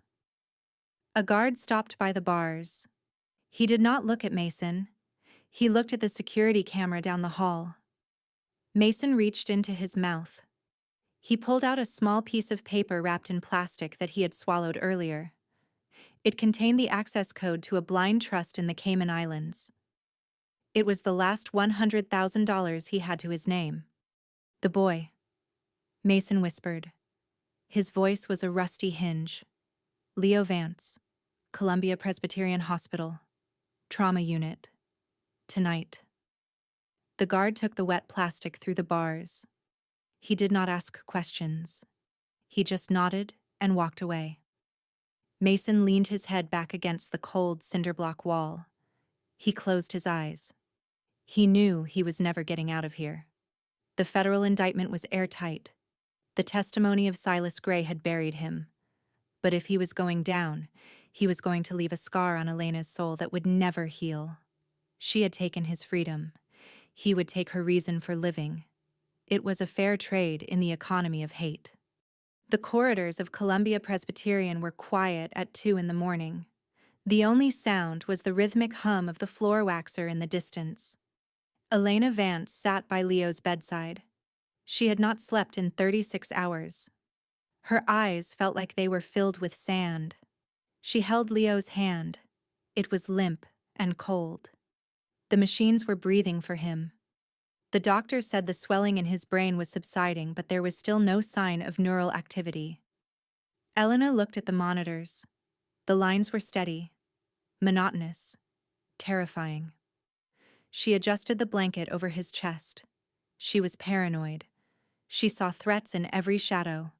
She had hired private security to stand outside the door, but she still felt exposed. The door opened softly. A nurse walked in, pushing a metal cart filled with medication vials. She was wearing blue scrubs and a surgical mask. She kept her head down. "Time for his saline flush," the nurse mumbled. Her voice was muffled. Elena sat up straighter. She looked at the nurse's hands. They were shaking slightly as she reached for the IV port. Elena frowned. The nurses in the trauma unit were elite. They had hands of steel. They did not shake. Elena looked down at the nurse's feet. The woman was wearing heavy black combat boots caked with dried mud, not the silent rubber clogs that every other nurse on the floor wore. "Stop," Elena said. Her voice was low and dangerous. "Do not touch him." The nurse froze. She did not look up. "Doctor's orders, ma'am. I need to administer this." Elena stood up. She moved between the nurse and the bed. "I said step away. What is your name? Who is the attending physician tonight?" The nurse looked up. Above the mask, her eyes were hard and cold. They were not the eyes of a healer. They were the eyes of a predator who had been caught. The woman dropped the act. She reached into the pocket of her scrubs. She pulled out a syringe, but it was not saline. The liquid inside was dark, and in her other hand she pulled out a long, serrated blade. "Move or die, bitch!" the woman hissed. She lunged forward. Elena did not scream. She did not have time. She grabbed the metal tray table and shoved it into the woman's midsection. The impact knocked the wind out of the assassin, but she was strong. She swiped the knife through the air. The blade sliced through the sleeve of Elena's jacket and cut into her forearm. A sharp line of fire erupted on Elena's skin. Elena ignored the pain. She grabbed the woman's wrist, trying to keep the syringe away from Leo's IV line. They crashed into the equipment stand. The heart monitor teetered and fell with a loud crash of breaking plastic. The assassin headbutted Elena. A burst of white light exploded behind Elena's eyes. She stumbled back. She fell onto the floor. The assassin stepped over her.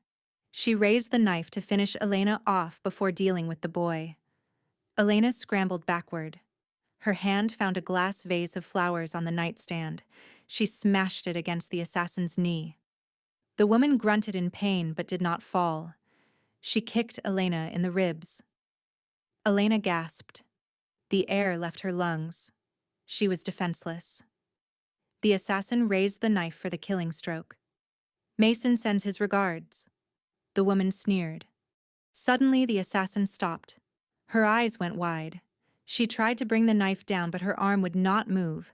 Something was holding her back. Elena looked up through her blurred vision. A hand had shot out from the hospital bed. It was pale. It was thin. But the fingers were locked around the assassin's wrist with the desperate strength of the dying. Leo's eyes were open. They were unfocused and hazy, but they were open. He was making a low guttural sound in his throat. He was trying to protect his sister. The assassin looked at the boy in shock. That split second of hesitation was all Elena needed. "Get off him!" Elena screamed. She launched herself from the floor. She tackled the assassin by the waist. They slammed into the wall. The knife clattered to the floor. The syringe rolled under the bed. The door burst open. Damon Cross rushed in with his gun drawn. 2 security guards followed him. They saw the struggle. Damon did not hesitate. He holstered his weapon and moved with terrifying speed. He grabbed the assassin by the back of her neck and slammed her face into the wall. The sound of cartilage breaking filled the room. The woman slumped to the floor unconscious. "Secure her," Damon barked at the guards. "And check the hallway if there is one, there might be more." He rushed to Elena. She was sliding down the wall. She was clutching her bleeding arm. "Elena, are you hit?" Elena shook her head frantically. She pointed at the bed. "Leo," she gasped. "Check Leo." Damon turned to the bed. Leo was awake. He was looking around the room with confusion and fear. The tube was still in his throat, so he could not speak. But he was alive. He was conscious. He looked at Elena and tears began to pool in his eyes. Elena crawled to the side of the bed. She ignored the blood dripping from her arm. She took Leo's hand, the same hand that had just saved her life. "I am here," she sobbed. "I am here, Leo. You are safe. I promise you are safe." Leo squeezed her hand. It was a weak squeeze, but it was the most powerful feeling Elena had ever known. It was the feeling of a miracle. The doctors rushed in. The code blue alarm had been triggered by the equipment crash. They swarmed the bed, checking vitals and pupils. "He is responsive." The chief resident shouted. "Pupils are reactive. Motor functions are returning. Get that tube out. He is trying to breathe on his own." Elena stepped back to let them work. Damon wrapped his arm around her shoulders. He pressed a towel against her wound. "He saved you," Damon whispered. "He woke up to save you." Elena leaned into him. Her legs finally gave out. "Mason tried to take him," she said. Her voice was shaking with a mixture of relief and pure, unadulterated rage. "He tried to take the last thing I had." Damon looked at the assassin being dragged out of the room by the police. Mason is a dead man walking Elena. This was his last card, and he played it. Now he has nothing. Elena looked at her brother. The doctors were removing the intubation tube. Leo coughed, a raw, painful sound. But then he took a breath, a deep, clear breath of his own. He looked at Elena and tried to smile. It was crooked and weak, but it was Leo. "It is not over, Damon," Elena said. She wiped the blood from her face with the back of her hand. The Dr. Death persona was gone. In its place was something far more dangerous. A sister who had been pushed too far. "Mason thinks he is safe in prison. He thinks the law protects him from me. He is wrong." She turned to Damon. "Get me the best criminal attorney in New York. Not to defend me, but to get me a visitation pass. I want to look him in the eye one last time. I want him to know that he failed. Damon nodded. I will arrange it. But Elena, what are you going to do? Elena watched the nurses clean Leo's face. I am going to finish the surgery, she said softly. I cut out the tumor. Now I have to burn the roots. She walked back to the bed and kissed Leo's forehead. Rest now, she whispered to him. When you wake up again, the monsters will be gone. All of them. Leo closed his eyes and drifted into a natural sleep. Elena stood guard. She did not sit down. She stood like a sentinel. The blood on her sleeve had dried into a dark armor. The night was over. But the dawn was bringing a final judgment. The steel bars of the solitary confinement cell at the Rikers Island Intake Center were cold enough to burn skin on contact. Mason Sterling sat on the edge of the metal bunk. He was shivering. It was not just the temperature. It was the withdrawal from power. For 48 hours he had waited for a signal. A nod from a guard. A whispered message. Anything to confirm that the assassin he had hired with his last hidden dime had succeeded. He needed to know that Elena was broken, that Leo was dead, that even in this cage he was still a man who could inflict pain. But there was only silence, the kind of heavy, suffocating silence that screams of failure. Footsteps echoed down the concrete corridor. They were not the heavy thud of standard-issue guard boots.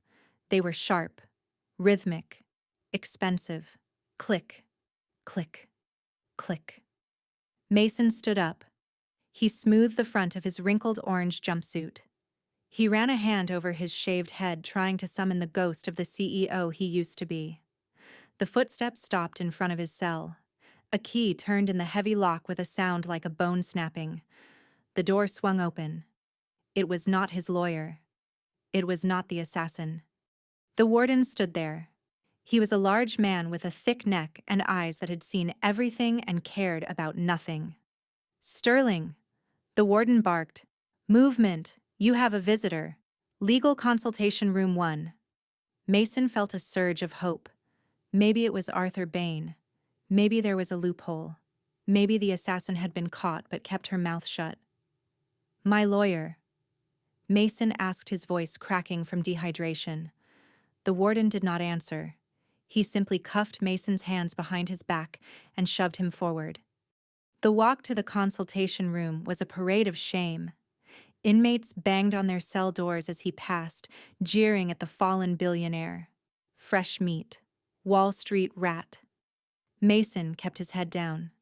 They reached the secure room at the end of the block. The warden opened the door and pushed Mason inside. He stumbled but caught himself. The door slammed shut behind him. Mason looked up, and his blood turned to ice. Elena Vance sat on the other side of the metal table. She was not wearing the grieving black of a victim. She was wearing a white suit that looked blindingly bright in the dingy room. Her hair was perfect. Her skin was glowing. She looked like a deity who had descended into hell to inspect the damned. She did not have a lawyer with her. She was alone. On the table in front of her was a single file folder and a bottle of sparkling water. Hello, Mason, Elena said. Her voice was calm. It was the voice of a surgeon explaining a diagnosis. Mason pulled out the metal chair and sat down. The chains of his handcuffs rattled against the table. You look terrible, Elena added, taking a sip of water. Orange really is not your color. Mason leaned forward. His eyes were wild. Is he dead? He hissed. Did she get the boy? He needed to know. He needed one victory. Elena smiled. It was a smile that made Mason flinch. Leo is eating vanilla pudding right now, and watching cartoons. He is doing quite well for a boy who died yesterday. Elena leaned in closer. And your assassin? She gave up your name before the police even put her in the car. Attempted murder of a minor. Conspiracy to commit homicide. Adding that to the RICO charges and the murder of my parents. The district attorney is asking for 3 consecutive life sentences. Without parole. Mason slammed his shoulder against the table. You bitch. You set me up. You planned this whole thing. You are the devil. He was screaming now. Spittle flew from his lips. I made you. I took you out of that middle-class mediocrity and gave you the world, and this is how you repay me. Elena did not blink. She watched his tantrum with mild interest. You gave me nothing, Mason. You stole my parents' legacy. You stole my blood. You stole my time. I am just taking back what belongs to me with interest. Mason slumped back in his chair. The rage evaporated, leaving only a hollow terror. He realized he was powerless. Completely and utterly powerless. He changed tactics. He softened his face. He tried to summon the charm that had wooed investors and women for a decade. Elena, he whispered. Please, look at where we are. We were partners once. We loved each other. Do you remember Paris? Do you remember the honeymoon? He tried to reach for her hand, but the chains held him back. I can help you. I still have accounts. Hidden accounts. Money the feds do not know about. I can give it all to you.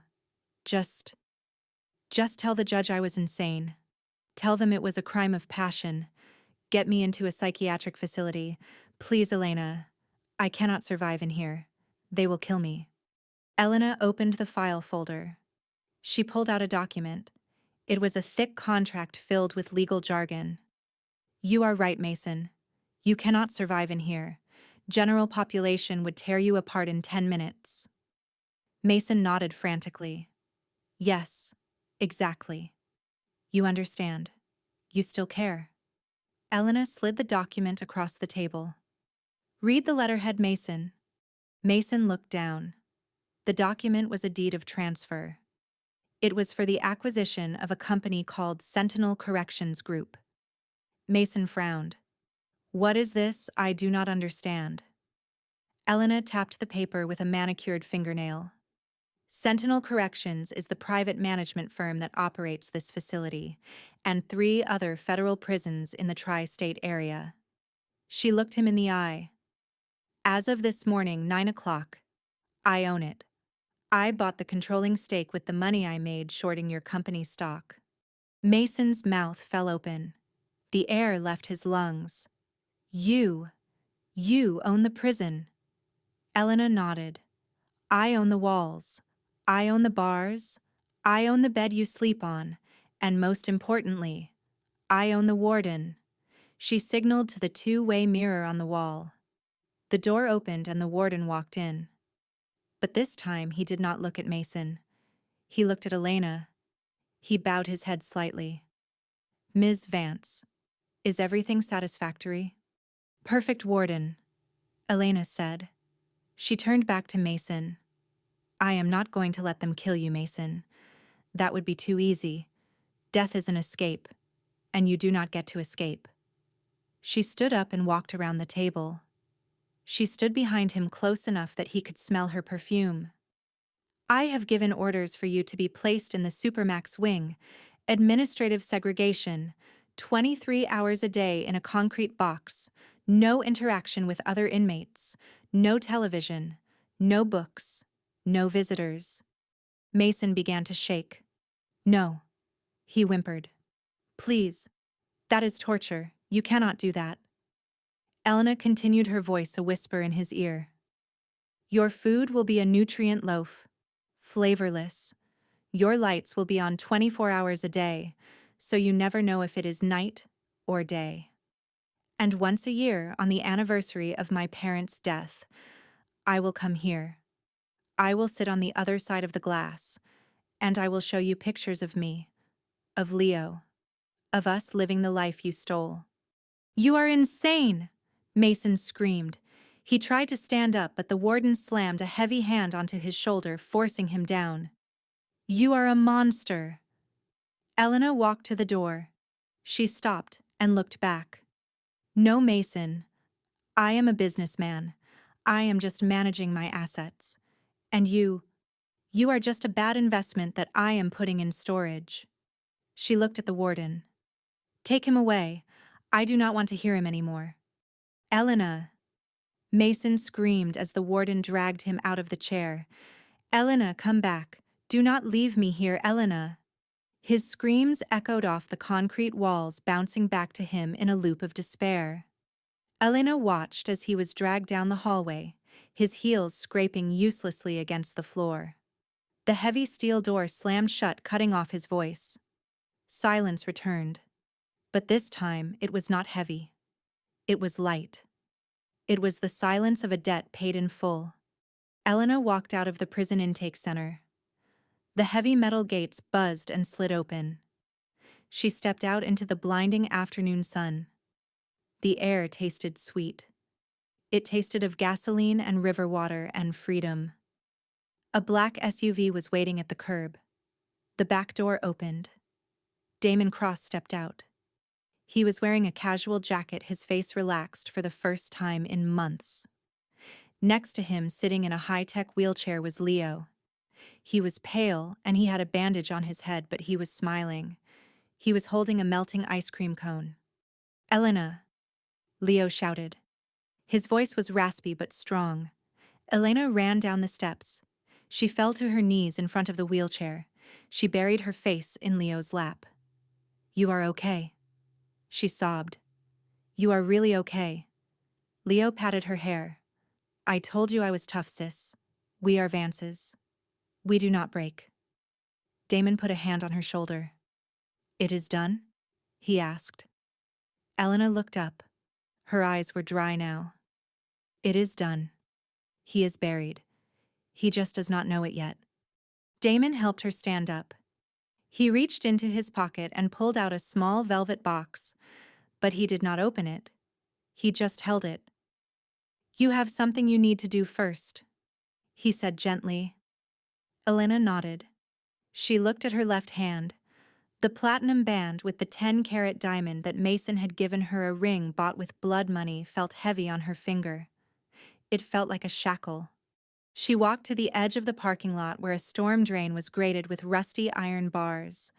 She looked at the ring one last time. It glittered in the sun, a symbol of a love that was a lie and a marriage that was a trap. She did not feel sadness. She felt nothing. She slid the ring off her finger.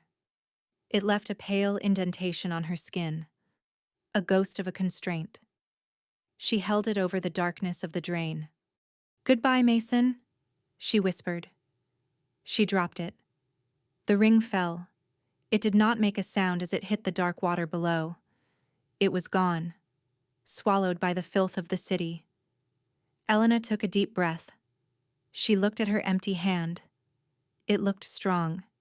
It looked capable. It looked free. She walked back to the car. Damon opened the door for her. Where to? He asked. The airport? The Hamptons, Paris. Elena looked at Leo, then at Damon. She smiled. A real smile. One that reached her eyes. To the lab, Damon. I have a company to run, and I have a lot of research to finish. After all. She paused, looking back at the prison fortress one last time. I am the new CEO of Sterling Medical, and I have a lot of cleaning up to do. She got into the car. Damon closed the door. The SUV pulled away, merging into the traffic of the city. Behind them, the prison stood silent, a tomb for the living. But ahead of them, the skyline of New York rose like a promise of infinite possibilities. Elena Vance was no longer a victim. She was no longer a wife. She was the architect of her own fate. And the foundation was solid.